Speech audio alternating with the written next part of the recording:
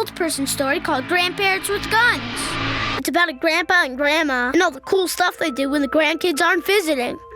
The grandpa said he carried a handgun just in case a dog tries to bite him, but it's really because he likes to shoot robbers and killers. And the grandma always said she was going to the den to do cross-stitch sewing, but she'd really be cleaning her AK-47, so she'd be ready to kill a bad guy or use a cheese grater on his privates.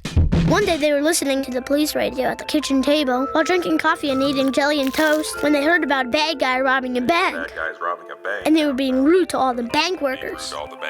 This made them so mad that they threw their toast against the wall. Then the grandma took out her curlers, and the grandpa put on his brown orthopedic shoes. They grabbed their guns, rinsed out their coffee mug, and they were off. They walked in slow motion, and some cool electronic music played loud in the background. They were the coolest grandparents in the world.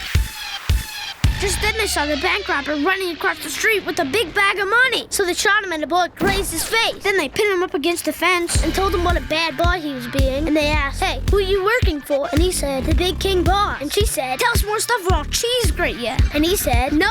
Then the grandma turned to him around and said, "Let me get that for you." And then she licked her thumb and wiped it all over his face. And he was like, "No!"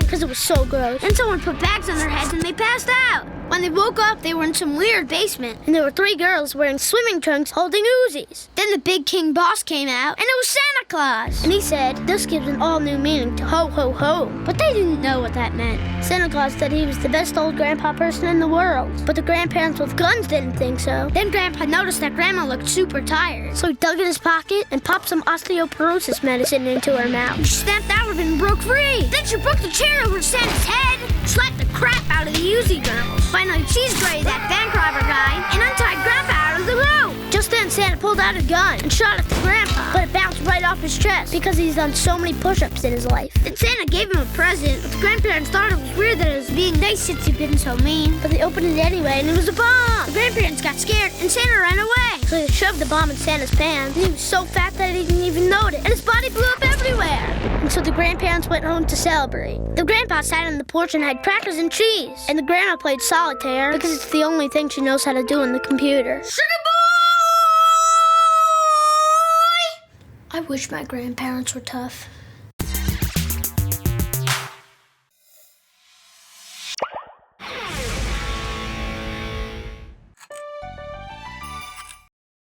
Max ran some tests on my nose with some really cool computer graphics and found one of the killer's eyelashes, and it was brown. So I did a search for brown-haired people and found a guy named Jimmy with really brown hair. But when he asked Jimmy, he said, "I didn't do it." "Okay, thanks. Bye."